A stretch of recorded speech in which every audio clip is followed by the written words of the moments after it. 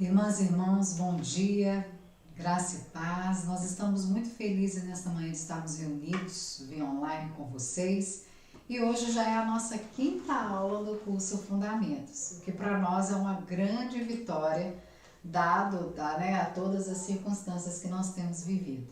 Mas nós estamos muito gratos a Deus pela sua vida e por termos essa oportunidade de, apesar de todas as dificuldades, nós estarmos aqui. Eu só queria uma positiva no chat com relação à transmissão. Se está tudo ok, se o sinal está chegando direitinho. Vocês poderiam, por favor, comunicar conosco como que está a transmissão, por favor?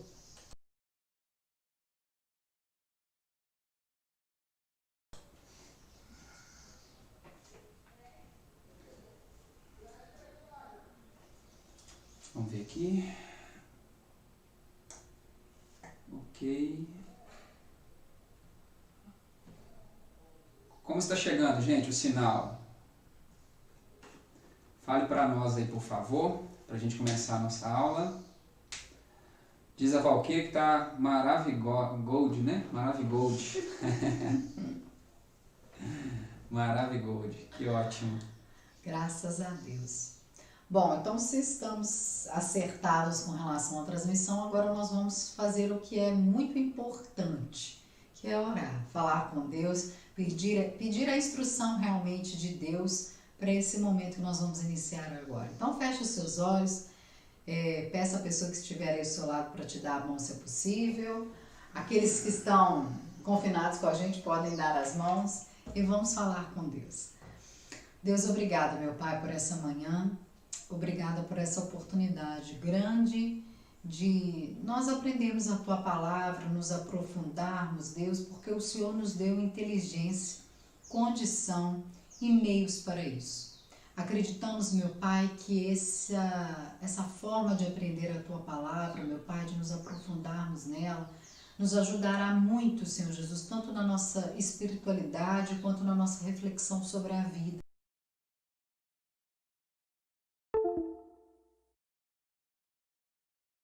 Que o Teu Espírito Santo, Ele é o nosso ajudador, Ele é o nosso professor e cremos que o Senhor Deus nos iluminará naquilo que nós precisamos aprofundar na Tua palavra.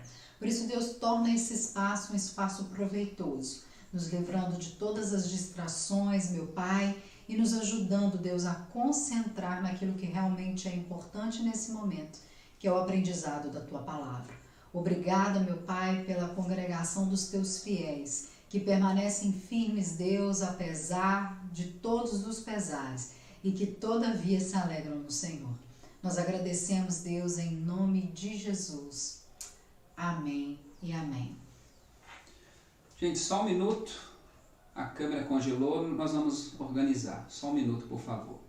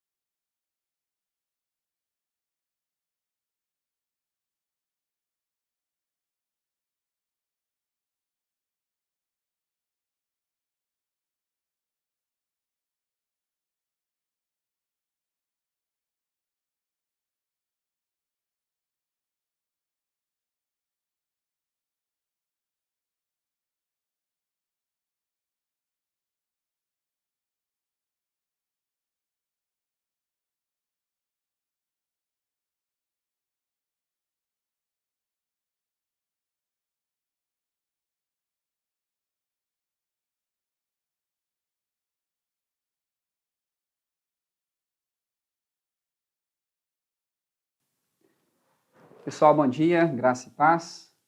Nós tivemos um pequeno probleminha com a nossa câmera aqui, mas parece que já está resolvido. Eu queria saber de vocês agora como está chegando aí o nosso áudio, tá? E a imagem, por favor. Se você puder dar um retorno para nós, como está chegando, por favor. Como está chegando aí? Para a gente começar a nossa aula. Vou aguardar vocês dizendo para nós como é que está chegando. Espero que esteja chegando com qualidade, viu?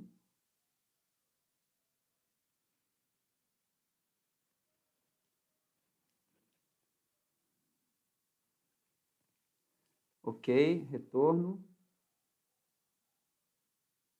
Ok, então está chegando bem. Que bênção. Gente, então nós vamos começar a nossa aula nesse instante. Eu espero que durante essa semana você tenha tido a oportunidade de revisar o conteúdo que nós apresentamos na semana passada e espero que de fato tenha sido um tempo de qualidade para nós, tá? Fico muito feliz que você esteja participando, conseguindo acompanhar. Espero que mais uma vez a nossa aula esteja, de fato, agradando ao Senhor e contribuindo para o nosso crescimento teológico, ministerial, nosso crescimento bíblico. Aproveito desde já para mandar um abraço para o pastor Gessimar, que está nos acompanhando, um grande amigo. Que Deus abençoe, pastor. É um prazer ter você por aqui. Espero que a gente tenha um tempo bom, tá? Gente, então nós vamos proceder hoje com a nossa aula. E hoje o nosso tema, como foi anunciado no nosso cronograma, o nosso tema hoje é a introdução ao Novo Testamento. Então, nós vamos conversar um pouco a respeito dessa perspectiva, que é muito importante para nós, como cristãos, cristãs, e nós vamos falar sobre esse tema, tá? E como nós temos feito, nós vamos conversando a respeito desse tema. Eu vou expor para vocês esse tema, e ao final da nossa aula nós teremos algumas perguntas, tá? Eu já recebi aqui uma pergunta do Lucas de Bambuí, marido da Paola, e ao final estarei respondendo. Uma pergunta referente ao tema da aula passada. Segundo ele ficou meditando nessas informações e surgiu uma pergunta, tá? Então você pode postar ao longo da aula as perguntas que você tiver, porque às vezes ao longo da exposição você vai ter uma questão e aí você pode, já enquanto nós estamos conversando a respeito do tema, você pode postar a pergunta que você tem, tá bom? E aí nós vamos conversando. Então, o tema da nossa aula hoje é Introdução ao Novo Testamento. É a nossa quinta aula já. Nosso módulo já passou da metade, então nós estamos na nossa quinta aula e o nosso módulo tem 8 aulas, então nós já passamos da metade, viu? Então a gente precisa correr porque o tempo está avançando e, de fato, espero que esteja sendo uma experiência maravilhosa para vocês, tá? Bom, gente, então esse é o nosso tema, Introdução ao Novo Testamento. E qual é o objetivo da nossa aula hoje? Qual é o nosso principal objetivo hoje? É conhecer alguns aspectos históricos, geográficos e literários que nos auxiliem na compreensão dos textos do Novo Testamento. Então, essa é a nossa intenção hoje pela manhã, conhecer esses aspectos. Como nós, desde a primeira aula, já estamos colocando, existem diversos fatores importantes que pressupõem a leitura bíblica. E fundamental para nós é conhecermos esses aspectos políticos, históricos, sociais, econômicos, religiosos, né? Aspectos de tradição que nos ajudem a ler, e hoje especificamente no que cabe a questão do Novo Testamento, tá? Novo Testamento. Bom, de que período nós estamos falando? Então, é algo muito importante. Quando nós falamos de Novo Testamento, a gente precisa delimitar o nosso espaço de fala, o nosso objeto de estudo. Então, quando nós falamos Novo Testamento, a primeira pergunta que surge é de que período? Qual período cronológico, histórico que nós estamos falando? Então, o período do qual nós estamos falando é o período que vai aí do ano 30 a 35, porque há algumas dúvidas com relação a esse período, dúvidas de datação, mas nada que comprometa a qualidade da pesquisa. Mas há essa dúvida com relação ao período. Mas essa faixa do ano 30 até o início do século II, que seria o ano 110. Então, aí já aparece para nós um grande desafio, que é o desafio da nossa distância temporal. Esse período compreende, na verdade, o início do ministério de Jesus até o início do século II. Então, é um período aí de aproximadamente 80 anos que nós estamos falando. São os escritos que retratam esse período da história. Então, o primeiro desafio que nos aparece, já inicialmente, é o desafio temporal. Há uma distância temporal entre nós e esses escritos e essa mentalidade do Novo Testamento. E de que ambiente? A segunda pergunta importante para nós respondermos, quando falamos do Novo Testamento, é a pergunta de que ambiente? Qual é o lugar geográfico? Qual é a ambientação política? Qual é a ambientação social da qual nós estamos falando? Então, nós estamos falando do mundo greco-romano, que seria os limites da Palestina, Ásia Menor, Macedônia, Grécia, Egito, Babilônia, Persa. E é importante para nós termos aí o auxílio de mapas que nos auxiliem, de fato, na compreensão desse ambiente que nós estamos falando, tá? Então, eu vou colocar para vocês aqui esse mapa, que vai nos dar uma boa ideia do ambiente que nós estamos falando. É desse ambiente que nós estamos falando, né? O norte do Egito, como você pode acompanhar com o cursor do mouse, a Palestina, a Ásia Menor e Grécia e Macedônia. E também a região aí da Itália e já o início do que vai se tornar depois a Europa. Então, é desse ambiente que nós estamos falando. Exatamente desse ambiente aí, o ambiente chamado mundo mediterrâneo. E por que mundo mediterrâneo? Né? Porque é o mundo que circula esse mar chamado mar Mediterrâneo, ok? É desse ambiente que nós estamos falando. Então, aí aparece para nós um segundo desafio, que é a nossa distância cultural. Então, o primeiro desafio é a distância temporal, e o segundo desafio, a distância cultural. Então, nós estamos falando de um período de quase 2000 anos atrás e de um mundo completamente diferente do nosso. E esse ambiente é um ambiente marcado por conflitos e sucessivas dominações imperialistas. Como vocês vão recordar de algumas aulas passadas, e principalmente da nossa aula anterior, foi apresentado para vocês essa geografia bíblica que vai sendo modificada por conta da dominação imperialista que nós percebemos no ambiente bíblico. Então, toda a trajetória bíblica ela é marcada por conflitos políticos, sociais, econômicos. E por quê? Porque há sucessivas dominações nesse espaço bíblico, tá? Então, eu quero relembrar a vocês alguns mapas.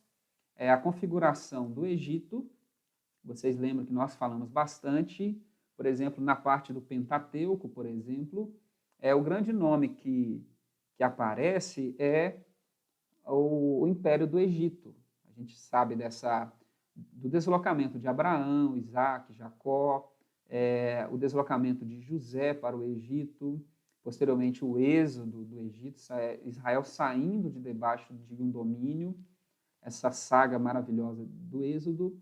Relembrando a vocês a dominação assíria, vocês lembram que nós falamos bastante sobre esse império, e o que vai marcar esse período desse império, como vocês vão se recordar, é a experiência de Jonas. Jonas é levantado para profetizar nesse império. O outro mapa, vocês se lembram também, é a Babilônia, a Babilônia, que foi um império que marcou profundamente a história e a fé de Israel, esse período aí da deportação, a memória de Daniel, Sadraque, Abednego, na Babilônia, né? Nabucodonosor, as profecias de Ezequiel, Jeremias. O próximo império, o Império Persa, uma dominação enorme, de profundas marcas deixadas no povo. Você se lembra esse período do que nós chamamos na aula passada de restauração, quando o povo tem a oportunidade de voltar à sua pátria. E aí a gente se lembra da experiência de Esdras, Neemias. O próximo é a dominação greco-macedônia, através de Alexandre, a reconfiguração que isso tem, geográfica, política. E o último império, que é de fato o império que dá as devidas conotações geográficas, que vão ser exatamente as configurações desse ambiente dos textos do Novo Testamento, é a dominação romana, que ela acontece aí por volta da metade do primeiro século antes de Cristo, por volta aí do ano 60 antes de Cristo, quando Roma toma Jerusalém e aí a Palestina oficialmente se coloca debaixo do governo romano. Então é nesse período aí que antecede a chegada de Cristo é que se configura esse ambiente. Então vai dar exatamente essa configuração que nós chamamos de mundo de Novo Testamento. Então é a respeito desse ambiente que nós estamos falando. E é exatamente nesse ambiente que nós teremos a produção literária e a atuação dos cristãos e das cristãs do primeiro século. Tá? É importante para a gente ter clareza disso, porque nós estamos falando de um ambiente, não é? Pensando na Bíblia como uma resposta, a Bíblia vai dar respostas a situações concretas, reais, a desafios de fé de um povo que vive no primeiro século da era cristã e exatamente nesse ambiente aqui, chamado mundo mediterrâneo, que está debaixo, até então, da dominação romana, mas que sofre toda essa influência que nós vimos e ouvimos ao longo das nossas aulas anteriores. Tá? Então, é desse ambiente que nós estamos falando hoje. Quando nós pensamos em Novo Testamento, estamos falando aí de um movimento que vai do ano 30 até o ano 110, aproximadamente, e que acontece nesse ambiente. Tá? Aproveito para fazer uma pausa e lembrar a vocês da nossa água, viu? Tem que usar a nossa garrafinha.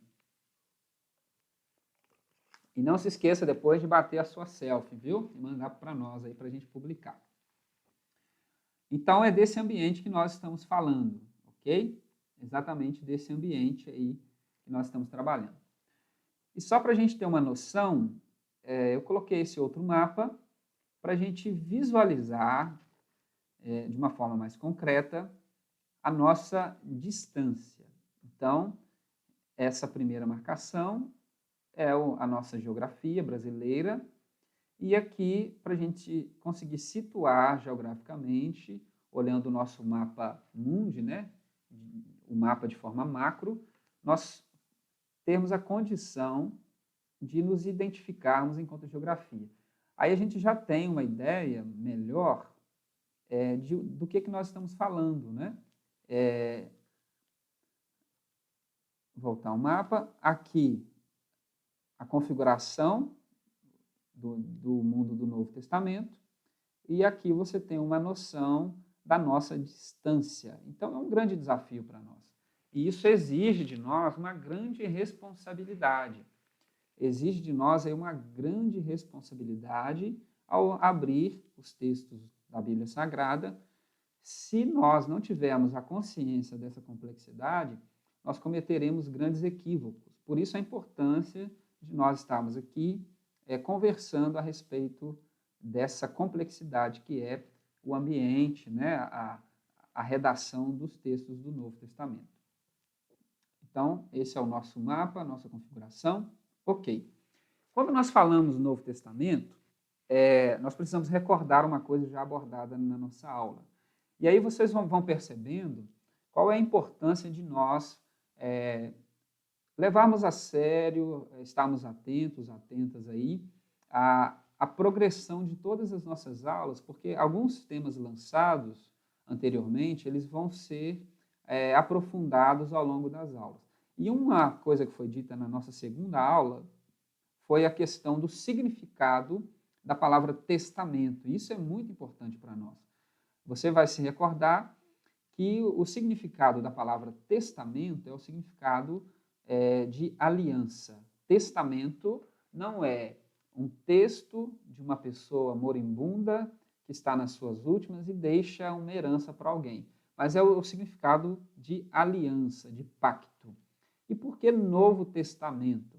Porque na compreensão cristã, a aliança de Deus com o seu povo, ela foi inaugurada com Moisés, mas ela foi levada às últimas consequências, ela foi selada definitivamente por intermédio de Jesus. Jesus é esse que traz a nova aliança, no sentido de levá-la à plenitude. Por isso é chamada de nova, é uma expressão que já aparece, por exemplo, no profeta Jeremias, capítulo 31, dizendo que chegaria um tempo de uma nova aliança, de um novo jeito de pensar a fé, de um novo jeito de se relacionar com Deus, diferente do que se tinha até então.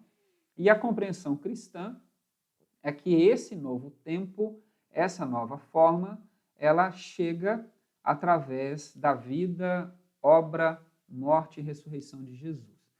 Então, testamento significa aliança.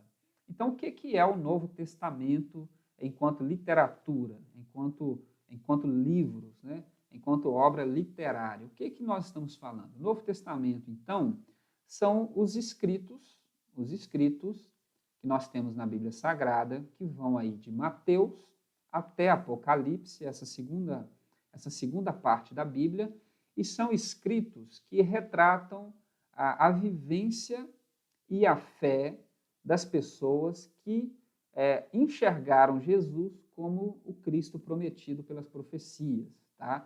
Então, por que, por exemplo, o movimento judaico, por que o judaísmo não tem na sua vivência a leitura do Novo Testamento e não considera as páginas do Novo Testamento como literatura sagrada, como nós fazemos? Porque tudo está ligado à figura de Jesus. A centralidade desses escritos está na pessoa de Jesus. Para nós, cristãos, Jesus é quem sela e leva à plenitude essa nova aliança profetizada até então. Para os judeus, não.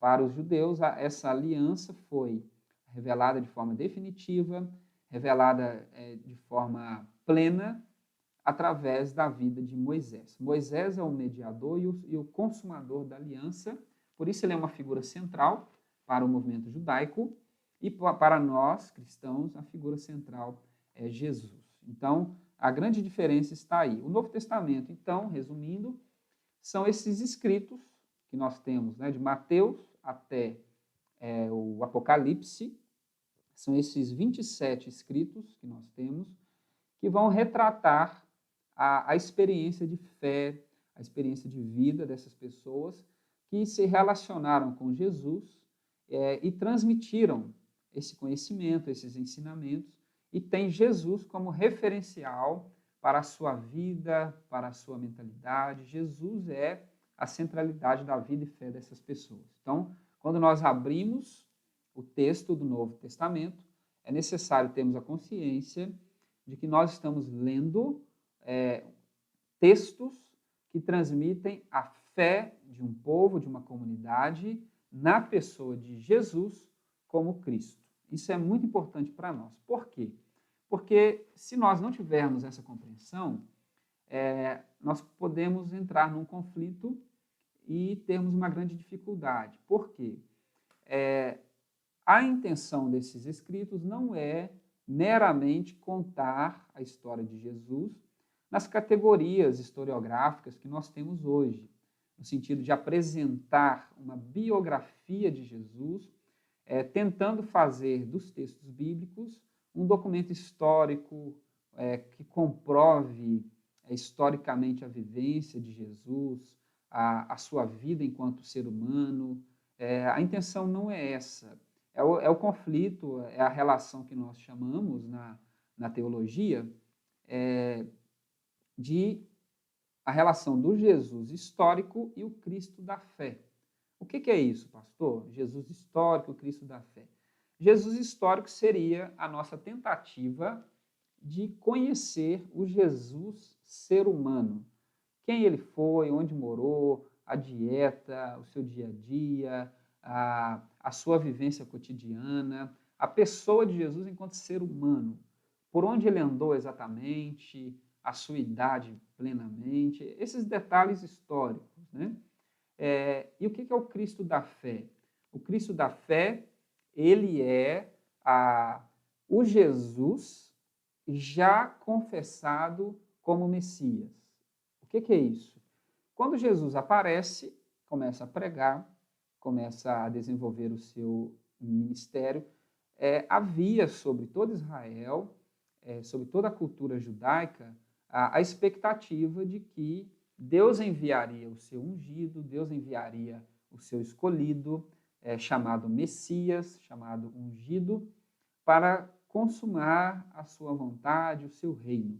Então, havia uma grande expectativa em toda a terra de Israel pela chegada desse Messias. Então, Jesus não foi a única pessoa que foi identificada como Messias. Por isso a importância da confissão de fé.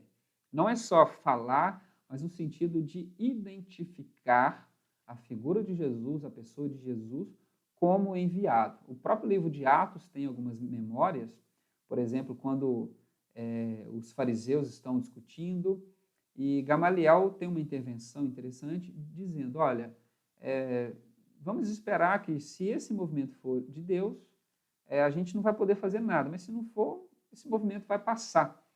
Porque já apareceram outras pessoas, já tiveram outras pessoas pretendendo-se como Messias. O próprio João Batista, ele é confundido, ele é identificado pelos seus seguidores como Messias.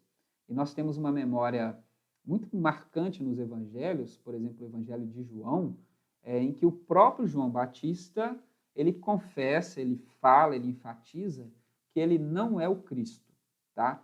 Que ele não é o Cristo. Então, é importante que nós não estamos falando de um Jesus histórico, no sentido de pessoa, de uma personagem, de um ser humano. Ele foi isso, sim, mas o que nós precisamos entender é que nós não temos praticamente nenhum documento que nos possibilite ter muitas informações acerca de quem foi Jesus enquanto ser humano, exatamente por onde andou, os parentes.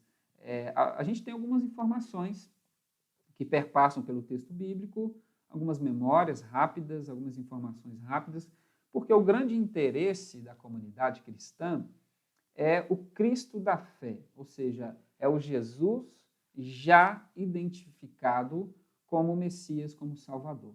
Então, os evangelhos, as cartas, os textos, eles têm por trás não uma biografia de Jesus, mas essa confissão de fé do Jesus enquanto Cristo. Isso é muito importante para a nossa compreensão, tá? E a respeito desse Cristo da fé que nós estamos falando quando nós abrimos o Novo Testamento, tá? É o Cristo da fé, é o Jesus já confessado, já na vivência da fé. Ele é o Cristo. Mas tem alguns aspectos interessantes que a gente consegue perceber através da leitura bíblica, que nos ajuda a compreender um pouquinho melhor sobre essa figura de Jesus. Por exemplo, a gente sabe que Jesus nasce em Belém, da Judéia, é uma cidade que está ao sul de Israel. A Bíblia nos informa que ele era uma espécie de artesão de construção. Algumas traduções vão colocar que Jesus era carpinteiro, como Marcos capítulo 6, versículo 3, ou, na memória desse texto paralelo, de que ele é filho de carpinteiro, e era muito comum o filho dar sequência na profissão do pai, mas carpinteiro não no sentido do que nós temos hoje, o marceneiro que tem uma oficina. A palavra que aparece aí é a palavra tecton. Tecton. É uma palavra grega que traz essa ideia de que Jesus é um artesão, ele trabalha em construções, e ele trabalha tanto com madeira, pedra, é uma espécie de pedreiro, de artífice, carpinteiro, faz tudo nessa área de construção. A gente sabe que ele cresceu em Nazaré e desenvolveu todo o seu ministério na Galileia. Então, é importante para nós essa compreensão.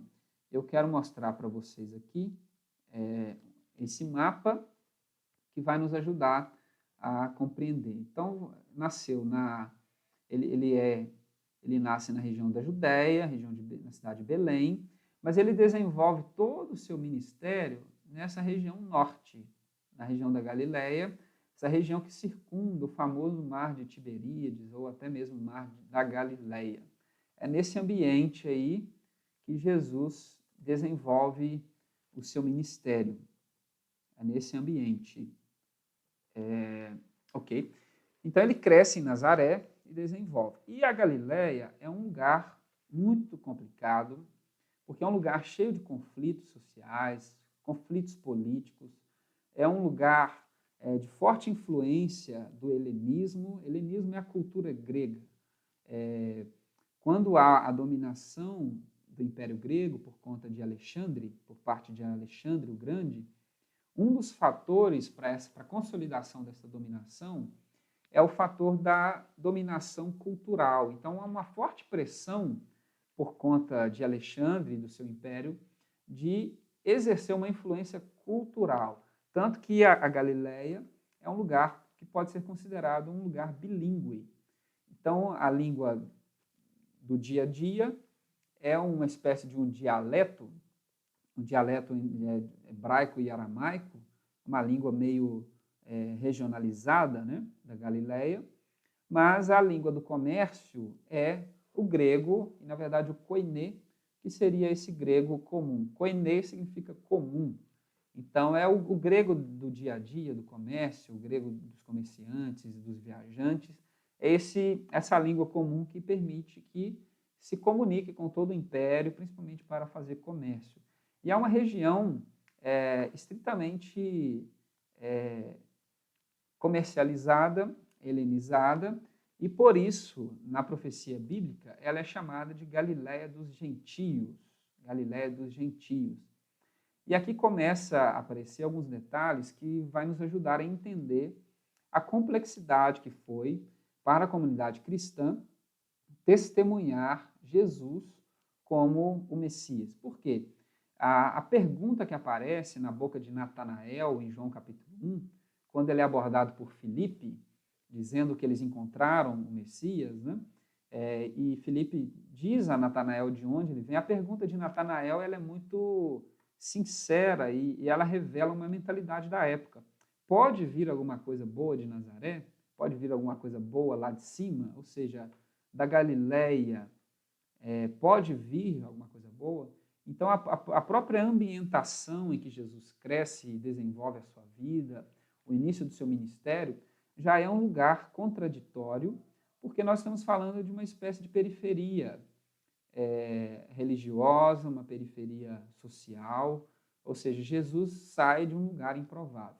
E ele começa o seu ministério bem paralelo com o ministério de João Batista, tanto que há alguns indícios, e a gente percebe isso até mesmo em João, de que os primeiros seguidores de Jesus tenham sido seguidores de João Batista.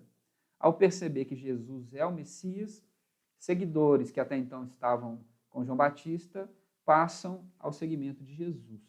É o que acontece com André, que era discípulo de João, mas ao ser apontado pelo próprio João Batista sobre a presença de Jesus, você percebe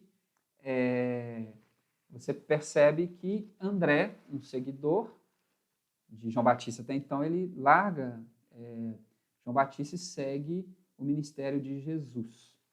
Então, a gente percebe um paralelismo talvez uma geografia em comum. E esses dois ministérios vão ter algo muito comum, que é o batismo, apesar de que os cristãos darão ao batismo um significado mais amplificado. O batismo de João, que até então é um batismo para conversão, o chamado batismo de arrependimento, ele vai ganhar também novas conotações no movimento cristão. Ele deixa de ser apenas um batismo no sentido de iniciação, de conversão, de arrependimento, e ele passa a ser também rito de iniciação, rito de consagração, passa a ser símbolo de ingresso na comunidade, símbolo da graça, enfim, ele vai ganhando diversas conotações ao longo do desenvolvimento da igreja. E algo importante, Jesus caminha alinhado à tradição profética.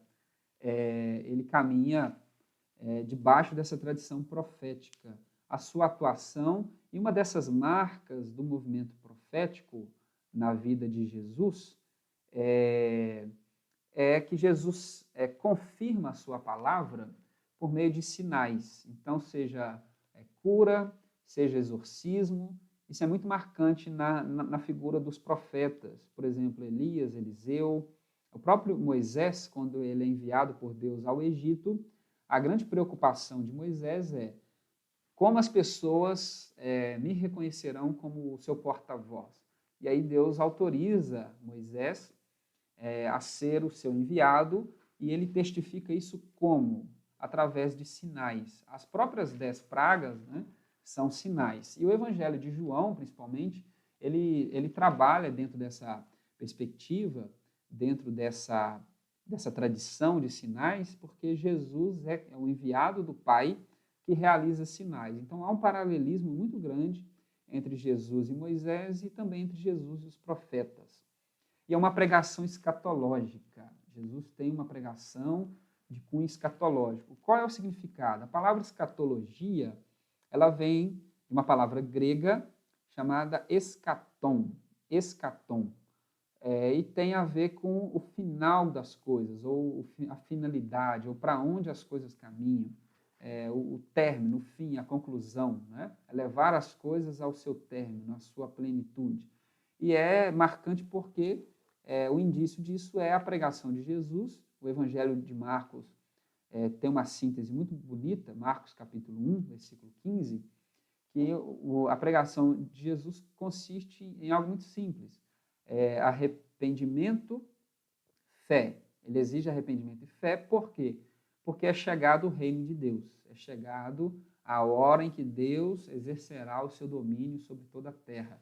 Ou seja, Deus assumirá o controle da história, Deus assumirá o controle de todas as coisas, então é necessário arrependimento e fé para participarmos desse reinado de Deus. Então, é uma pregação altamente escatológica, né? Essa virada de tempo, essa intervenção sobrenatural, essa intervenção que vem do alto e toma as rédeas da história. Então, é uma pregação altamente escatológica. E a pregação de Jesus e a postura, né, ela vai gerar para Jesus e, posteriormente, para as comunidades, diversos conflitos. E é importante a gente pensar na natureza desse conflito. Essa pregação a respeito do reino de Jesus, ou do reinado de Jesus, é uma pregação que gera diversas controvérsias,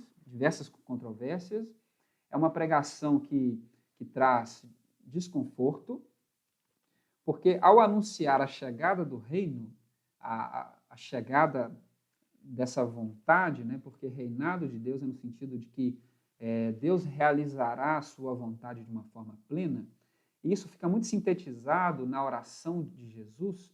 A gente tem duas memórias dessa oração, uma em Mateus capítulo 6 e a outra em Lucas capítulo 11.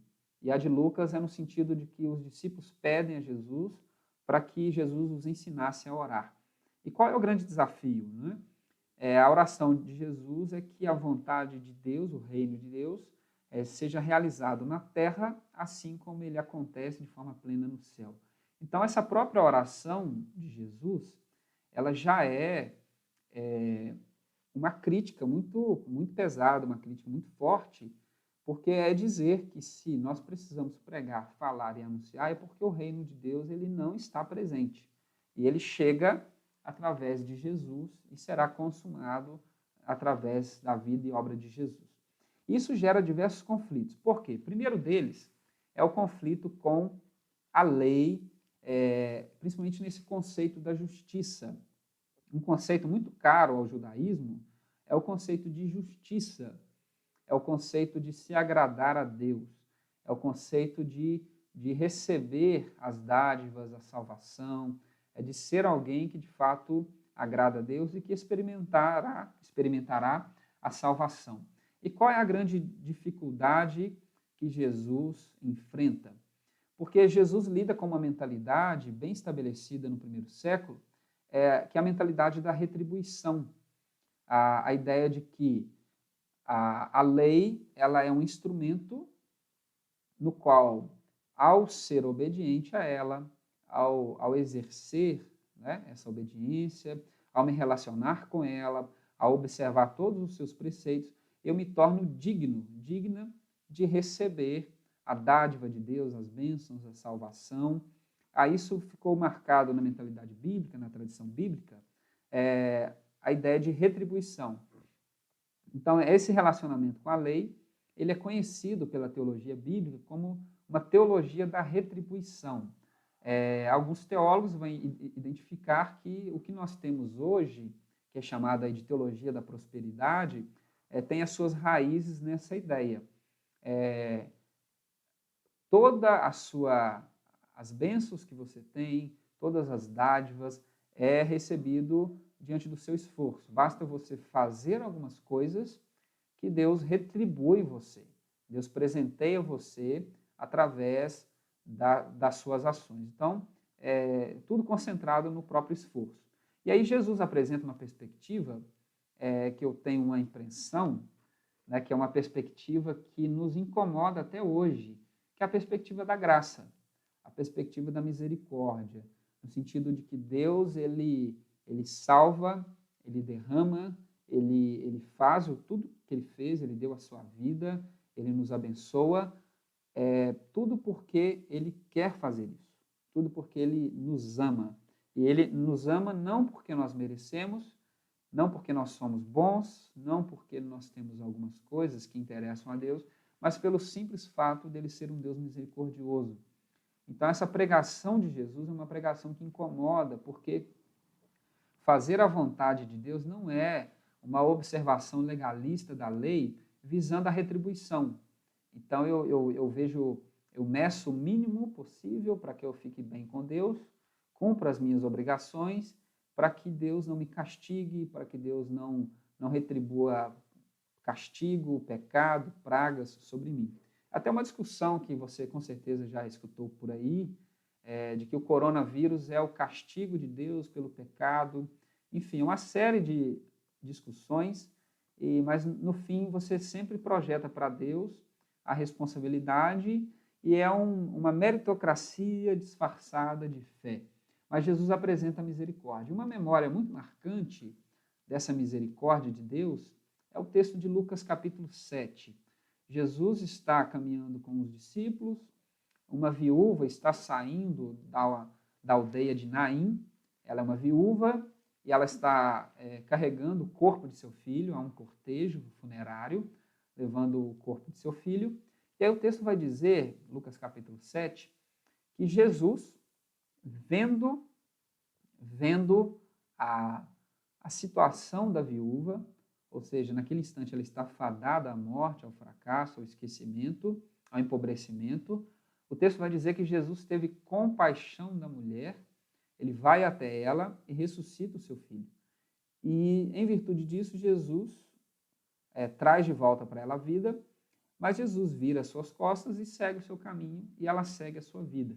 O texto não relata para nós que ela havia feito uma oração, que ela conhecia Jesus, que ela clamou, que ela pediu, que ela observou a lei. Não. O texto quer enfatizar para nós que há uma manifestação concreta e real da manifestação da misericórdia de Deus.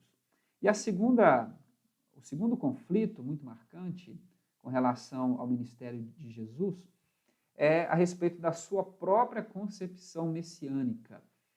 Jesus se reconhece como Messias, como enviado de Deus, ele é o Filho amado do Pai, essa é a voz que ele ouve no seu batismo, mas há uma série de expectativas, há um conjunto, né, um contingente significativo de expectativas a respeito do perfil de Messias que o mundo esperava. E uma concepção majoritária que perpassa por esse primeiro século é a expectativa de que Jesus seria um guerreiro, um continuador da linhagem de Davi, restauraria o reinado da casa de Davi, um reinado político, faria novamente de Israel uma nação poderosa e colocaria todas as nações debaixo do domínio de Israel, como foi no período aí de Davi e Salomão principalmente. Então, Israel voltaria a ser uma nação livre, política e religiosamente falando, e dominaria outros povos e seria essa nação poderosa que dominaria as outras nações vizinhas. Mas aí Jesus se apresenta nos evangelhos como um Messias pacífico, um Messias pacífico. E isso é um grande escândalo, porque é justamente a morte de Jesus, que era algo inaceitável até então, e é uma morte pacífica, violenta, Jesus é martirizado, é justamente essa morte pacífica que sela essa nova aliança. Na perspectiva cristã, a morte, que para a concepção judaica seria algo escandaloso, seria algo que traria escândalo, é justamente a morte de Jesus que sela essa nova aliança e é o sangue derramado de Jesus, esse símbolo desse novo tempo e dessa nova aliança. Então, pensar um Jesus pacífico é extremamente escandaloso para a concepção judaica vigente, para a concepção social e até mesmo para os discípulos de Jesus. Eu gosto muito da memória de Marcos, capítulo 8, porque nos ajuda a perceber a complexidade disso, que quando Jesus, questionando os discípulos acerca da sua identidade, ele faz uma pergunta: quem as pessoas aí dizem que eu sou? E a resposta de Pedro, representando os 12, é: tu és o Cristo, o Filho do Deus vivo, ou seja, tu és de fato esse que nós esperamos. E aí Jesus pede a Pedro e aos 12 que façam silêncio a respeito desta compreensão. Por quê? Porque eles ainda não haviam compreendido na plenitude o que de fato é ser um Messias nessas categorias apresentadas por Jesus. Sem compreender a morte de Jesus, sem digerir a morte de Jesus, sem digerir o sofrimento, a cruz, é impossível proclamar, anunciar um Messias na sua plenitude. Então, não dá para se anunciar o Evangelho sem o discernimento da cruz, porque na mensagem cristã é justamente a morte de Jesus que derrama esse sangue que vai selar a nova aliança. Por isso é tão importante para a nossa fé, para a nossa tradição, para a nossa compreensão cristã, a celebração da ceia, ou outras tradições vão chamar de Eucaristia. Essa celebração fundamental que nós relembramos o derramar do sangue de Jesus que estabelece a nova aliança. Participar da ceia, como nós fazemos, na nossa tradição metodista, ela acontece pelo menos uma vez ao mês, geralmente no primeiro ou no segundo domingo, depende da igreja. Ao participarmos da ceia, nós estamos relembrando que é o sangue de Jesus que institui essa nova aliança e, ao mesmo tempo, anunciando que é esse sangue que está sobre nós, que nos purifica, que nos guarda, mas nos inclui nessa nova aliança. Então, essa concepção de um Messias pacífico, em detrimento do Messias guerreiro, isso traz diversos conflitos para Jesus e diversos conflitos para a própria comunidade cristã num primeiro momento. Então, essa imagem de um Jesus entrando em Jerusalém, montado num jumento, essa imagem ela é muito significativa porque é um símbolo de paz. É um Messias pacificador e um Messias não guerreiro. É um Messias que ele não toma um poder político, é um Messias que, na verdade, ele se coloca ao lado do não poder na perspectiva humana. E é debaixo dessa tradição, dessa confissão, que vai surgir a comunidade de Jesus, porque essa é uma comunidade de pessoas que o confessam como o Cristo, e é uma comunidade que vai vivendo essa expansão. Então, eu coloquei aqui esse slide para você dar uma olhada, que é um pouco da estrutura do livro do Atos dos Apóstolos, que é um livro que nos ajuda a compreender um pouco como foi esse primeiro processo de expansão dessa comunidade de homens e mulheres que confessaram Jesus como um Cristo. Num primeiro momento, essa comunidade ela fica centralizada na figura de Jerusalém, nesse, vamos dizer, berço, nesse útero dentro do judaísmo, centrado principalmente na figura de Pedro, que é essa figura marcante, esse ícone até então da igreja, chamada Igreja de Jerusalém, que é esse espaço geográfico inicial do movimento de Jesus. Então, é importante você perceber que a primeira parte do Evangelho, do livro do Atos dos Apóstolos, é uma parte centrada na pessoa de Pedro. Tem os 12, toda a movimentação que acontece ali na região de Jerusalém, de Samaria, mas é principalmente centrada nessa figura de Pedro. Então, a primeira parte de Atos quem é marcante é a figura de Pedro. A partir do capítulo 13 até o 15, nós temos aí um ponto de contato, né? Um ponto aí de unificação, em que aparece a figura de Paulo e Barnabé, associada à figura de Tiago e Pedro. Tem até a memória bonita de Atos capítulo 15, essa memória do concílio de Jerusalém, que marca essa mudança de perspectiva. E a partir desse bloco aí do 13 ao 15, a gente começa a perceber uma outra característica dessa comunidade cristã que começa a viver um período de expansão.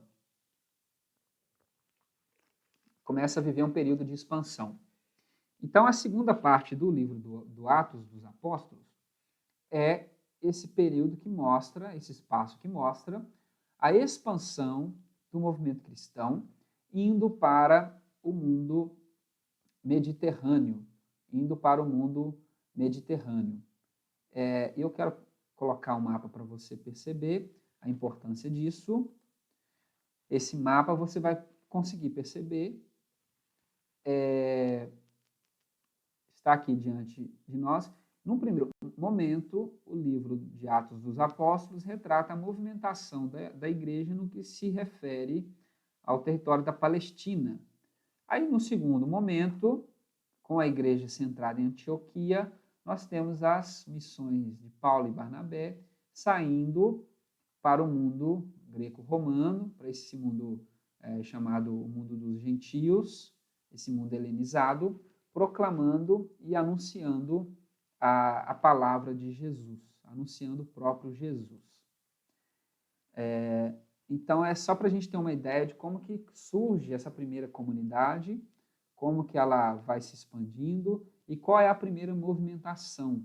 No primeiro momento, na região da Palestina e no segundo momento, para o mundo greco-romano, tá? Através de Paulo, Barnabé e das missões aí da igreja de Antioquia.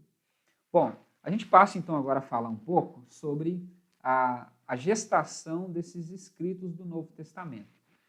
Então você pode perceber que até então nós estamos falando um pouco desse contexto histórico, geográfico, político, e agora sim a gente vai entender um pouquinho melhor que como esse ambiente que foi apresentado até aqui, vai ser importante para a gente entender a complexidade que é esse período que nós vamos chamar agora de gestação dos escritos do Novo Testamento, tá? E algo importante para você compreender é que Jesus começa o seu ministério, tradicionalmente aí colocado no ano 30, e os primeiros escritos, né, em forma de literatura mesmo, papel, a gente tem a partir do ano 50. Então, 20 anos depois do nascimento da igreja, das primeiras comunidades, dos primeiros desafios, é que a gente começa a ter realmente escritos. Então, por isso é importante esse entendimento inicial desse contexto, como nós colocamos aqui nesse mapa, esse contexto de um primeiro movimento na região da Palestina e um segundo nesse mundo greco-romano. E é esse movimento, é esse espaço aqui, esse contexto que vai trazer para nós o que nós estamos chamando de textos do Novo Testamento, ok? Então aqui a gente faz uma dobradiça e começamos a falar agora especificamente sobre a gestação dos escritos, tá? Do Novo Testamento. E algo muito interessante, quando a gente fala do escrito, eu coloquei aqui alguns primeiros estágios, ou o que a gente pode chamar de pré-escritos, ok? Alguns primeiros movimentos, algumas primeiras tentativas, alguns primeiros instrumentos a respeito da pregação de Jesus, antes mesmo de serem colocados em forma escrita. Então, nós estamos chamando aqui de evangelho antes do evangelho. Uma coisa muito interessante é perceber que antes de nós termos o evangelho como livro, que nós temos 4 evangelhos, livros chamados evangelhos na Bíblia, Mateus, Marcos, Lucas e João, 4 evangelhos. Antes de termos o evangelho como livro, a palavra evangelho, dentro do movimento cristão, ela tem uma conotação de anúncio. O evangelho era o anúncio oral apresentando Jesus como Messias. Então, as comunidades cristãs, num primeiro momento, o que elas faziam? Elas anunciavam verbalmente, oralmente, Jesus como Salvador. Então, é o que a gente chama de evangelho antes dos evangelhos, ou seja, a proclamação de uma mensagem salvífica antes do livro chamado evangelho. Outras estratégias que a igreja tinha eram pequenas coleções de sentenças, ou seja, de ensinamentos e de alguns milagres, algumas memórias populares acerca do que Jesus havia dito, ensinado, e também de alguns feitos, essas pequenas memórias, essas pequenas coleções. Nós temos a tradição recebida por Paulo. Nesses 3 textos, é interessante perceber que eles estão na primeira carta de Paulo aos Coríntios.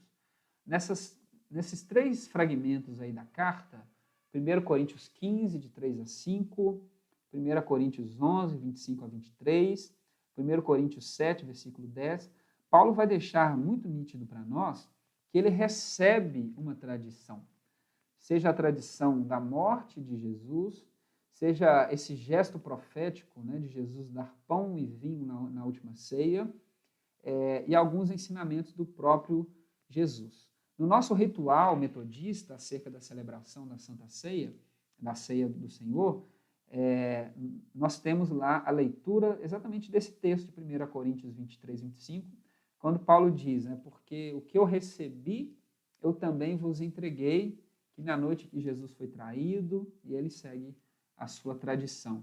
Ou seja, antes mesmo de Paulo escrever a sua carta, transformar a sua teologia, as suas orientações em escritos, que são os que nós temos em mãos hoje, Paulo já recebeu previamente tradições, ou seja, pregações, histórias, memórias que estão na oralidade, que eram difundidas dentro das comunidades.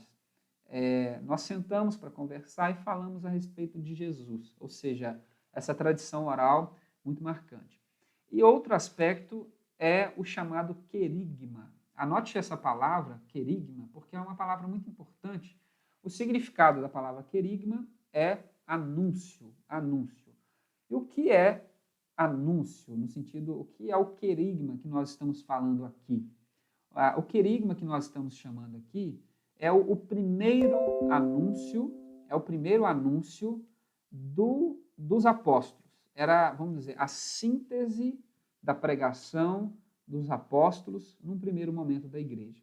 Então, se perguntasse para nós assim, o que os apóstolos pregaram após a ressurreição, após a assunção, quando a igreja começou, qual era o conteúdo, o que os apóstolos começaram a pregar?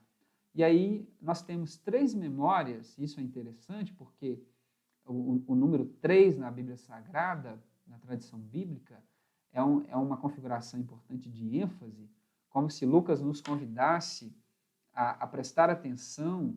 Ele guarda 3 fragmentos, né, ou 3 memórias desse primeiro anúncio, que na teologia nós chamamos de querigma. É a síntese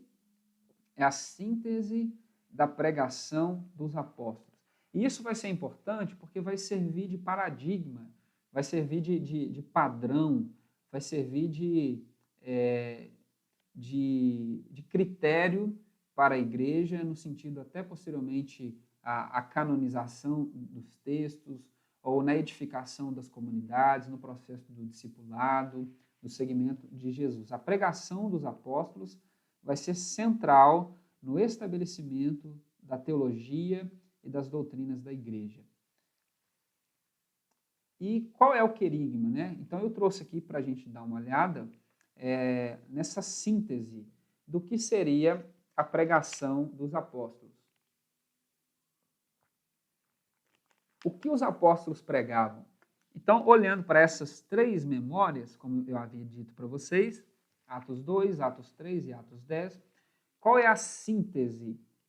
Qual é a síntese da pregação dos apóstolos? E aqui para nós, como uma igreja que vive a perspectiva do discipulado, uma igreja que vive essa perspectiva do ensinar a respeito de Jesus, ensinar as pessoas a guardarem o ensino de Jesus, a proclamar a pessoa e a obra de Jesus, é fundamental para nós conhecermos essa síntese, né? Essa síntese do que é o querigma. O que os apóstolos inicialmente pregavam e serviu de base, de coluna para a igreja. Primeiro, que toda a humanidade ela é destinatária à mensagem da salvação. A mensagem, o Cristo, ele é destinado a toda a humanidade. Eles pregavam que a porta de entrada dessa boa nova que Deus enviou ao mundo são os filhos de Israel, ou seja, Deus escolheu Israel como porta de entrada para o mundo. E trata-se de um acontecimento em toda a Judéia, Palestina, né, que é uma nomenclatura aí do Império Romano. Então, isso aconteceu na região da Judéia, ou seja, na Palestina como um todo.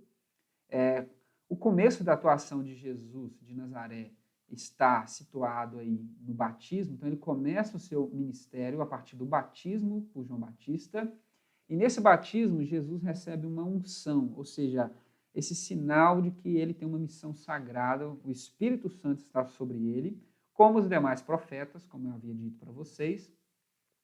Ele recebe, então, poder, autoridade, essa autoridade profética no seu falar e agir, que é comprovada por sinais, e ele sai fazendo bem, curando as pessoas e libertando as pessoas que estão debaixo de um domínio que não é o domínio de Deus.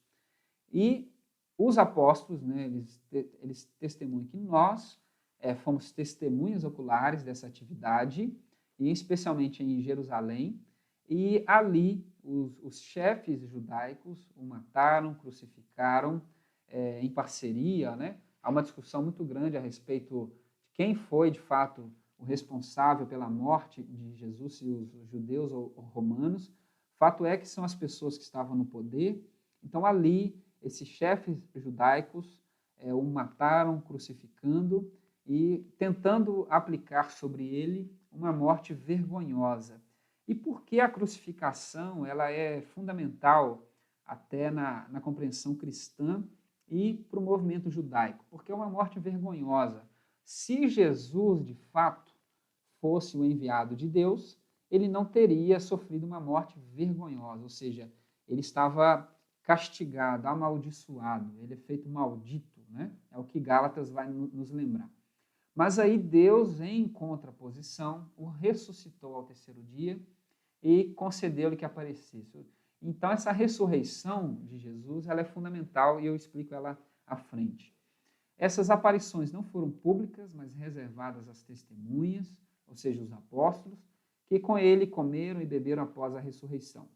E ele ordenou que proclamassem e testemunhassem que ele é constituído por Deus, juiz dos vivos e dos mortos, ou seja, em outros termos, que a sua palavra e autoridade é o critério universal de valoração da vida da gente. Então, ele incumbiu os discípulos e toda a sua igreja de proclamar e testemunhar isso.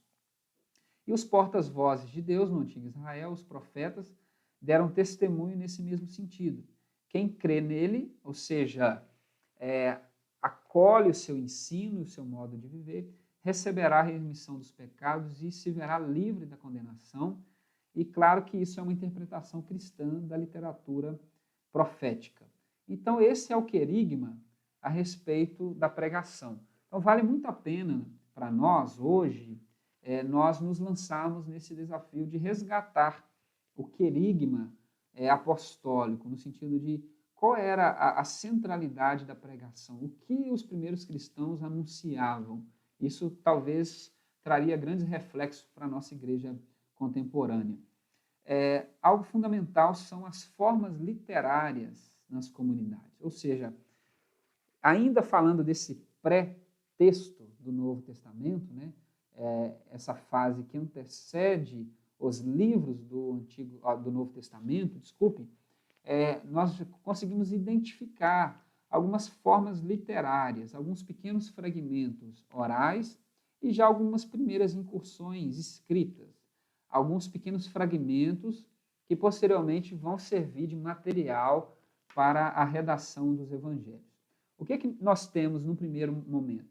Esse querigma que eu acabei de falar, isso era constantemente repetido nas comunidades, as ações paradigmáticas da atividade de Jesus, ou seja, as suas curas, milagres, as suas ações, perdão de pecados, liberdade com relação ao sábado. Então, o lembrete dessas ações públicas de Jesus, a própria liturgia, a celebração do culto.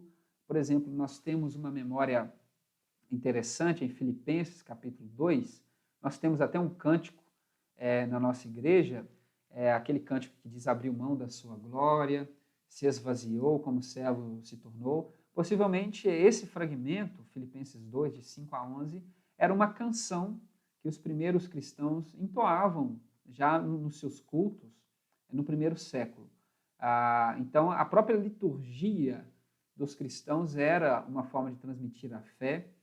A história da paixão de Jesus, principalmente as suas sentenças, os seus ensinos, as parábolas, porque isso vai ser um material importante para a compreensão dos novos convertidos, das novas pessoas que vão ingressando na comunidade de fé, para que essas pessoas pudessem entender a grandeza, a complexidade que é a pessoa e a obra de Jesus.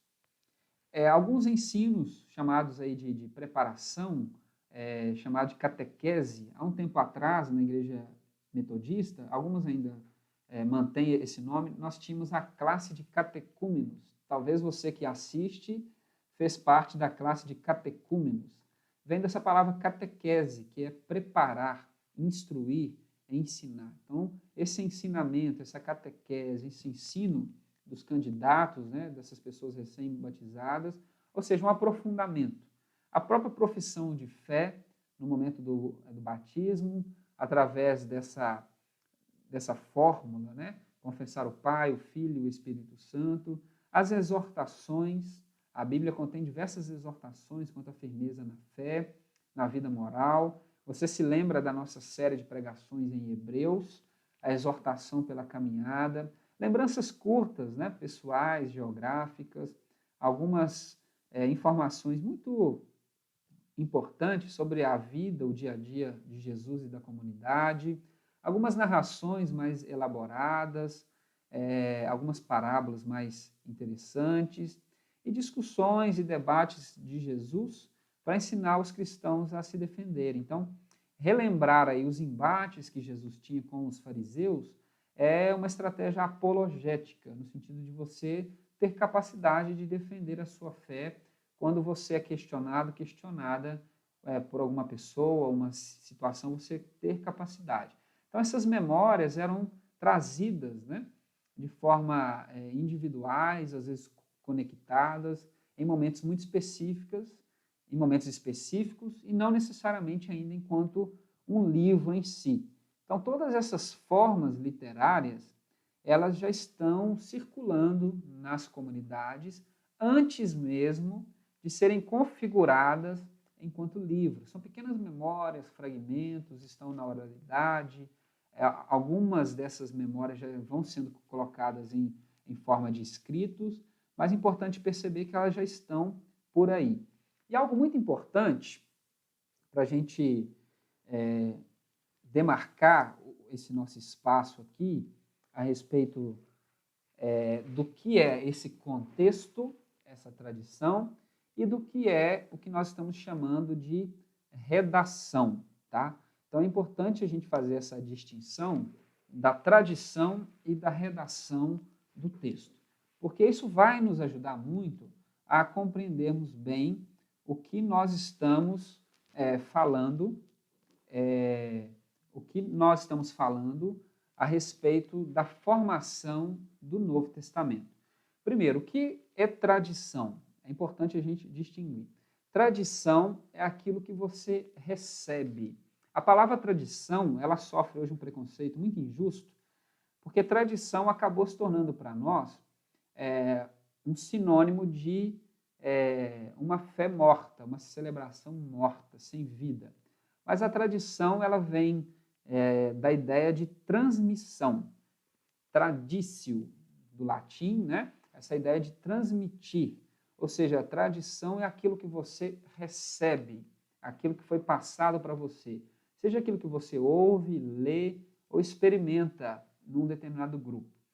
Então, redação já é o que você elabora a partir da tradição que você recebeu e transmite diante de uma nova realidade. Então, tradição é aquilo que você recebe. E a redação é aquilo que você elabora e transmite, seja de forma oral ou, no nosso caso aqui, do Novo Testamento, de uma forma escrita. E eu vou dar um exemplo para você entender. Antes de nós falarmos do Evangelho de Marcos, vale a pena voltar alguns slides para a gente falar de Paulo, né? Eu havia falado para vocês há pouco que Paulo recebeu uma tradição. E isso fica muito marcante na sua carta aos Coríntios, né? Como eu havia falado, a própria tradição da ceia. Apesar das cartas de Paulo, principalmente a carta de Tessalonicenses, a própria carta aos Coríntios, essas cartas serem os primeiros escritos do Novo Testamento, estão aí por volta do ano 50 a 57, por aí, ou seja, nessa década de 50 do primeiro século, há uma tradição, há um ensino, há um conteúdo, há uma memória que antecede Paulo. Então, antes de Paulo redacionar, ou seja, organizar, sistematizar a sua fé, colocar em papel e transmitir, seja como ele fez, no sentido de responder problemas pontuais de uma comunidade, dar respostas pontuais, antes mesmo de Paulo fazer isso, Paulo recebeu uma tradição. Antes de tudo isso, Paulo recebeu. Então, a tradição antecede Paulo. Chegou até ele, então a tradição ela vem carregada de diversas épocas, fases, enfim, de diversas situações. Ele recebe essa tradição carregada, né, de um peso histórico, teológico, espiritual. Então, ele recebe essa riqueza e aí ele discerne isso, elabora, reinterpreta e aplica agora diante de realidades novas. Então, ele redaciona as suas cartas, ele dá respostas à igreja de Tessalonicenses, de Corinto, enfim, diversas outras comunidades, a partir daquilo que ele recebeu. Então, é muito importante para nós fazermos essa distinção entre tradição e redação. Antes da redação do Novo Testamento enquanto literatura, nós temos uma tradição muito maior, muito mais complexa, que os autores vão recebendo e dando a sua característica e compartilhando isso com a sua realidade, tá? É muito importante. E aí, dentro do exemplo de Marcos, eu acho que vale a pena a gente pensar nisso, porque o Evangelho de Marcos é o primeiro evangelho a ser escrito. Marcos é o primeiro evangelho a ser escrito e ele é escrito por volta aí do ano 66. Então, preste atenção nisso. O movimento de Jesus começa por volta do ano 30, o ministério, posteriormente o movimento, e no ano 66, em virtude de alguns conflitos que na próxima aula nós vamos falar disso, diante de alguns conflitos, algumas dificuldades, algumas situações, Marcos escreve o seu evangelho. Então, nós temos aí um período de 30 a 40 anos, praticamente, né? Essa média aí de 30 anos, 35 anos, entre a tradição que está sendo transmitida, a tradição que está sendo pregada, a tradição que está sendo ressignificada e a redação do Evangelho. Então, Marcos recebe, no ano 66, ele tem nas suas mãos essa tradição rica, essa tradição, essa transmissão, né, constante, seja oral ou com pequenos fragmentos já de textos, e aí, mediante a sua situação atual, Marcos agora tem o desafio de receber, reelaborar e transmitir a um determinado público a sua mensagem, de forma que essa tradição se mantenha viva na vida e na memória dessa nova, desses novos espectadores e leitores para quem Marcos está dirigindo os seus escritos, tá? Então, ele recebe no ano 66, mais de 30 anos de tradição, de pregação, de fragmentos, situações, e aí, diante da realidade nova que ele tem no ano 66, dos desafios que ele tem, dos problemas que as pessoas estão vivendo no ano 66, ele recebe isso, reelabora e transmite. Então, Marcos é uma redação de uma transmissão. Então, quando nós estamos falando de Marcos, nós estamos falando de uma transmissão redacionada, né? Uma tradição que foi reelaborada e retransmitida, conforme a sua situação. Um exemplo dentro do Evangelho de Marcos, para você entender bem do que eu estou falando, e aí a gente já vai caminhando para o final da nossa aula e abrir para perguntas. Um exemplo importante é que Marcos é escrito num período em que Jerusalém, toda a Judéia, né, toda a Palestina, novamente está vivendo um cenário aí de conflito, de dominação imperialista, há algumas revoltas por parte do povo, algumas respostas violentas por parte do Império Romano, a ponto de, no ano 70, Roma destruir o Templo de Jerusalém. Então, você tem uma ideia da complexidade que é. E os cristãos, as pessoas, estão sofrendo.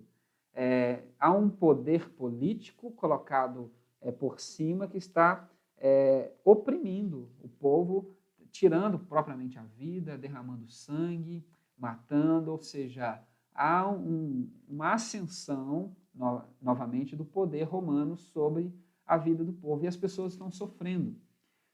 E aí fica a grande pergunta: por que nós, seguidores de Jesus, estamos sofrendo? Por que nós estamos padecendo? Aí a importância da gente perceber que o Jesus apresentado por Marcos é um Jesus que vai dar sentido, vai trazer força para as pessoas que estão sofrendo. Por isso, Marcos, ele faz questão de redacionar e transmitir para essas pessoas a quem ele se dirige, ele faz questão disso, de transmitir um Jesus que sofre. Para Marcos, Jesus é o servo sofredor que foi profetizado em Isaías capítulo 53, que o enviado do Pai sofreria, padeceria e até mesmo pagaria com a sua própria vida. Então, pensar num Jesus que sofre é tentar, de alguma forma, tirar de sobre os ombros das pessoas essa crise de fé relacionada ao sofrimento. Pensar num Jesus que sofre alivia de mim essa crise de fé e me faz ter esperança. Se Jesus, o meu Messias, a pessoa a quem eu sigo, sofreu, padeceu, por que eu não? E aí a grande memória da ressurreição. Jesus sofreu, padeceu, não porque havia alguma coisa errada com ele. Isso é muito importante. Jesus sofreu, padeceu, foi assassinado, morreu, não porque havia alguma coisa errada, não porque Deus rejeitou o seu ministério, não porque ele era amaldiçoado, como a liderança judaica tentou proceder, mas justamente o contrário, porque ele foi fiel, plenamente fiel à missão que recebeu. E aí a memória da ressurreição para o movimento cristão vai fazer muito sentido, principalmente no período em que Marcos oferece essa narrativa, porque pensar no Jesus ressuscitado é dizer que Deus aprovou a vida e obra de Jesus, ou seja, ele estava certo. Então, o sofrimento que Jesus padece é justamente porque ele estava certo. Não havia nada de errado com Jesus, pelo contrário, havia algo de errado com o mundo. O mundo não recebeu, o mundo rejeitou e aplicou sobre ele sofrimento. E a ressurreição é a aprovação de Deus. Então, faz muito sentido para a comunidade aí, por volta do ano 66, 70 e posteriormente, uma comunidade que sofre perseguição, que padece, ouvir e receber a memória de um Jesus que também sofre. É muito importante, e principalmente a memória de um Jesus que ressuscita, ou seja, ele estava certo e Deus o aprovou e trouxe para ele essa honra e glória. Então faz todo sentido. Então você percebe, há a memória de Jesus, da morte e ressurreição, mas Marcos recebe isso e ele intensifica isso na vida das pessoas ali caminhando para o ano 70, que estão morrendo, padecendo, sendo subjugadas, pensando que há alguma coisa errada com o estilo de vida que elas aderiram para si. Não seria melhor nós nos vincularmos a Roma, já que os romanos estão sobrevivendo, prosperando? E aí Marcos vai dizer, não, sofrer, morrer, não indica algo errado, indica algo errado com o mundo. O mundo emplaca sofrimento porque ele está errado. Mas o próprio Jesus que sofreu, ele foi ressuscitado pelo Pai, e o final de Marcos é maravilhoso, porque vai dizer que ele vai a Galiléia, onde ele começou, ou seja, ele precede a comunidade de seus seguidores e seguidoras, ou seja, ele está à frente da comunidade. Então, nós podemos andar como discípulos e discípulas desse Jesus que sofre, porque se ele ressuscitou, nós também ressuscitaremos. Então, faz todo sentido pensar nessa compreensão para a comunidade que está sofrendo e padecendo ao final do primeiro século, tá?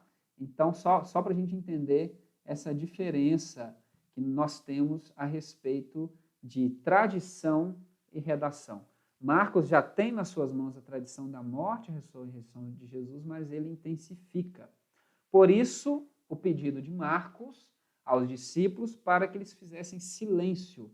No capítulo 8 de Marcos, Pedro o confessa como Cristo, mas Jesus pede o quê? Silêncio, porque ainda não é a hora de anunciar. E por que ainda não é a hora de anunciar? Porque é necessário digerirmos a morte de Jesus, que é esse sofrimento máximo, e principalmente a ressurreição. Então, a partir disso, a comunidade está autorizada a anunciar, porque é a partir dessa compreensão de que, ao ser ressuscitado, o sofrimento ele ganha um novo sentido. E ele não é sinônimo de fracasso, pelo contrário, é a marca de que há algo errado com o mundo. Então, o sofrimento não é algo incoerente com a fé. Pelo contrário, às vezes é o sinal de que nós estamos no caminho certo, como foi com o caso de Jesus. Ok? Pois bem, então eu faço a minha pausa aqui, nessa introdução ao Novo Testamento, e eu gostaria agora de abrir para vocês um espaço de perguntas, tá? Nós teremos agora aí alguns minutos para a gente conversar um pouco a respeito de algumas perguntas que surgiram ao longo da exposição desse tema, tá? Lembrando que esse tema ele vai continuar na semana que vem, porque conforme você tem o nosso cronograma, o tema da próxima aula será a relação entre Antigo e Novo Testamento. E nós vamos falar um pouco sobre alguns temas dos escritos do Novo Testamento, para que você possa perceber a conexão, ou se há, né, alguma conexão entre Antigo e Novo Testamento. Tá? Então, essa aula aqui, a gente vai dar pausa, mas como você tem percebido, a próxima e as demais aulas a respeito desse módulo darão, de certa forma, uma sequência a essa temática que nós apresentamos hoje, tá bom? Então, eu quero abrir para as perguntas. Eu vou dar uma olhada no nosso bate-papo. Você pode postar no nosso bate-papo e já tem algumas perguntas aqui. Eu quero ler essas perguntas para a gente começar a conversar.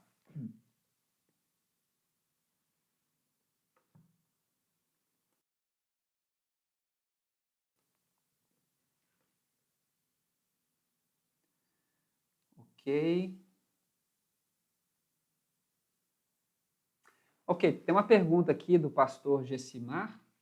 Ele está perguntando, o grego koiné corresponde à linguagem coloquial ou comum, no sentido de ser a linguagem do dia a dia? Exatamente, pastor. A própria palavra koiné, o significado ou a tradução dela é comum. Então, seria não o grego clássico das obras clássicas da filosofia, mas o grego do dia a dia, principalmente dos comerciantes. É aquele grego que permite você comprar e vender e transitar, minimamente possível, dentro dos limites geográficos do império. Então, vamos dizer, fazendo uma adaptação, a gente poderia pensar que é o grego, ou a linguagem falada no dia a dia, e principalmente entre os comerciantes e as pessoas mais simples. Tem uma pergunta da Jéssica de Juiz de Fora. Um abraço, Jéssica. É um prazer ter você aqui com a gente de novo. Ela está perguntando a respeito do objetivo das liturgias. Se o objetivo das liturgias de hoje são os mesmos da liturgia primitiva, ou se seria esse o melhor modelo de liturgia para nós ainda hoje? Uma excelente pergunta, Jéssica. Eu acho que é muito difícil a gente perceber e falar e dar uma resposta no sentido única, né? Porque o movimento cristão ele é muito plural e a gente tem diversas tradições, denominações e tudo. Mas eu penso que a nossa liturgia, hoje, ela é uma liturgia que está bem esvaziada. Ela perdeu, eu acho que de modo geral, esse caráter instrutivo. Percebo que as liturgias estão cada vez mais pobres e muito sem sentido. Elas acabam não tendo conexão, às vezes, com o culto, como se elas fossem fora do culto.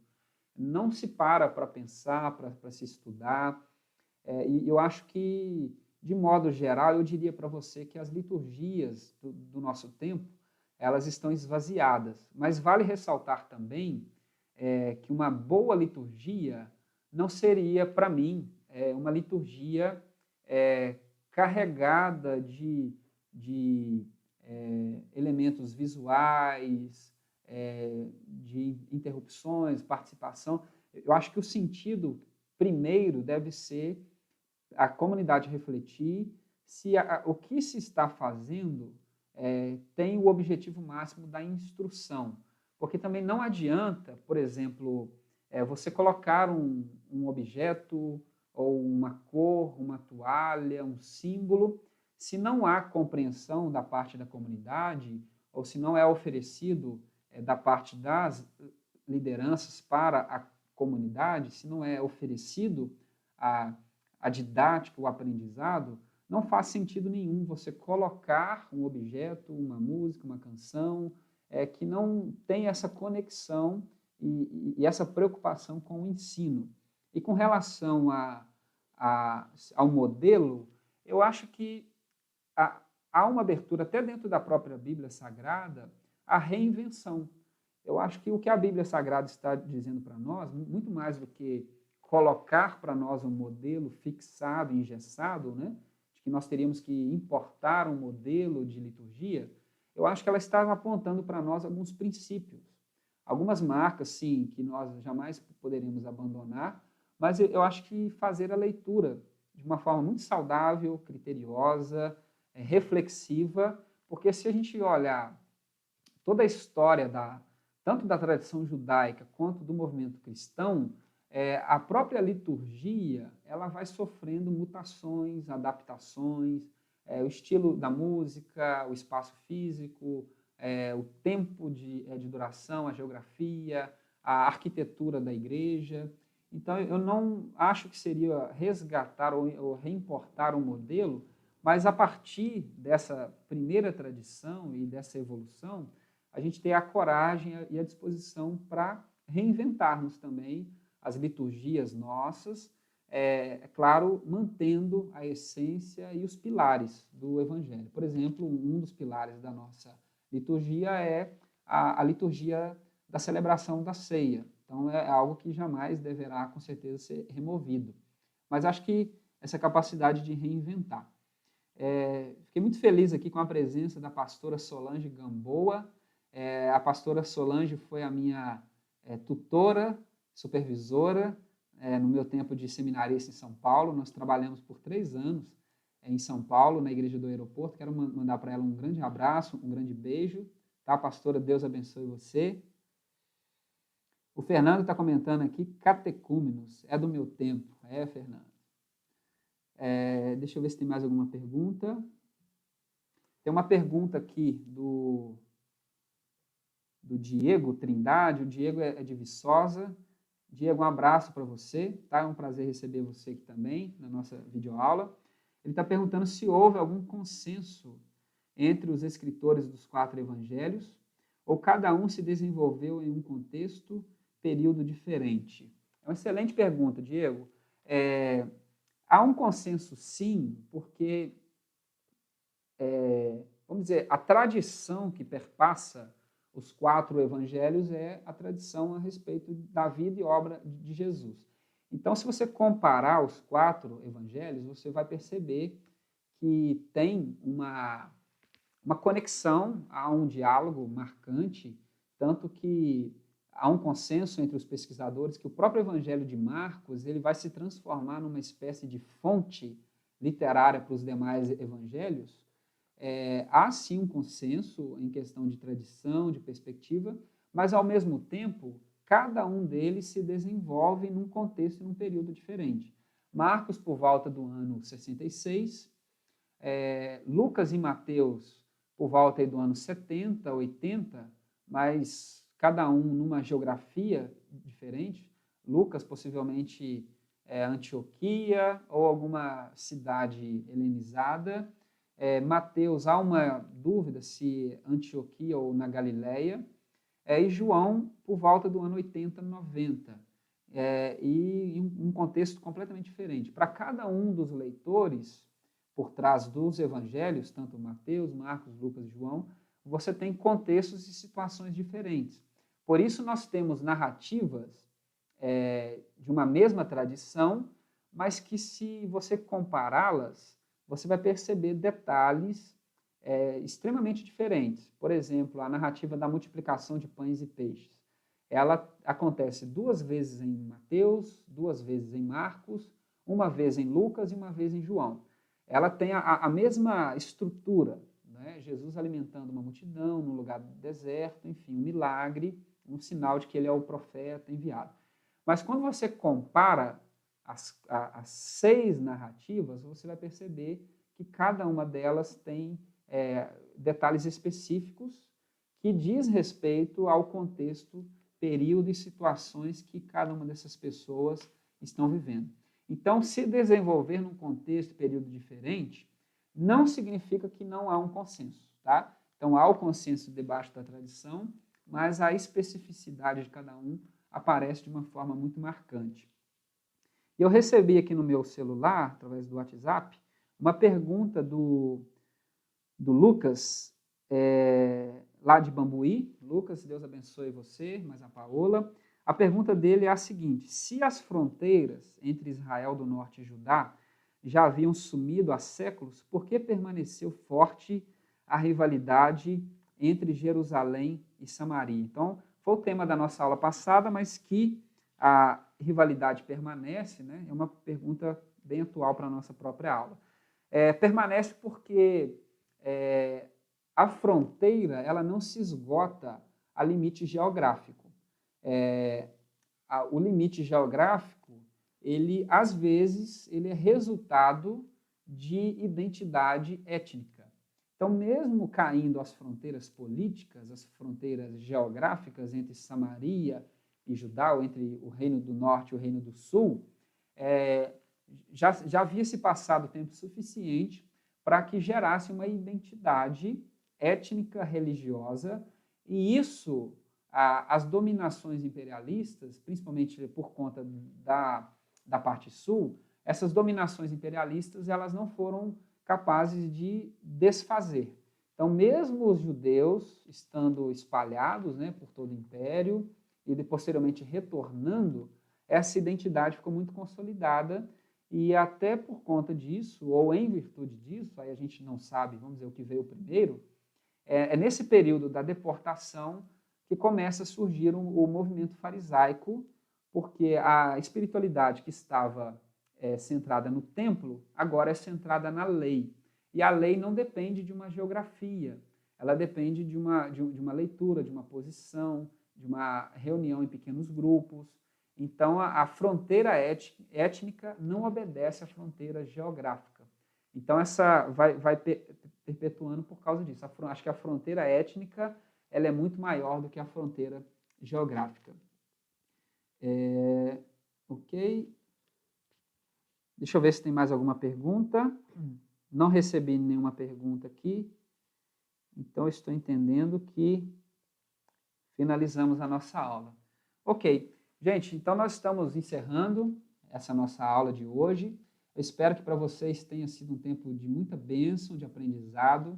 E como eu falei para vocês, eu espero que no próximo domingo, às 9 da manhã, a gente possa mais uma vez se encontrar aqui na nossa aula do curso Fundamentos, para a nossa aula 1.6. Olha, nós já estamos indo para o final do nosso módulo de introdução à Bíblia, tá? Então não falte, será um tempo maravilhoso para nós, será um tempo de aprendizado. Eu espero que essa experiência aqui para você tenha sido muito proveitosa. Vale ressaltar, antes de encerrarmos a nossa transmissão, que nós teremos hoje, às 19 horas, a nossa live da oração. Então, você fique ligado, preparado, e acesse o nosso link nesse mesmo canal aqui, ou você vai receber o link através do nosso grupo de WhatsApp, para nós cultuarmos ao Senhor juntos aí na nossa live da oração, tá? Que Deus abençoe, e nós vamos encerrar agradecendo a Deus com uma palavra de oração. Convido você a fechar os seus olhos, aí onde você está, na sua casa, e nós vamos orar. Senhor, nós te agradecemos por esse tempo, por essa aula. Pedimos a Deus que a tua bênção nos alcance, Que teu favor, ó Deus, esteja sobre a nossa vida, sobre a nossa casa. Que cada lição, ó Deus, que nós aprendemos aqui, que sirva para nós, ó Deus, como uma porção, ó Deus, do teu Espírito, da tua graça. E nós agradecemos a ti, Deus, pelo teu favor, pela tua infinita bondade, Pai. E que o Senhor, ó Deus, nos dê cada dia mais, ó Deus, dessa esperança, desse amor. Em nome de Jesus, nós oramos e te agradecemos. Amém. Amém. Gente, que Deus te abençoe, então, e que a gente se encontra às 19 horas na nossa live de oração, ou na terça-feira, ou no nosso fundamento, tá? Que Deus abençoe você, e até a próxima, em nome de Jesus.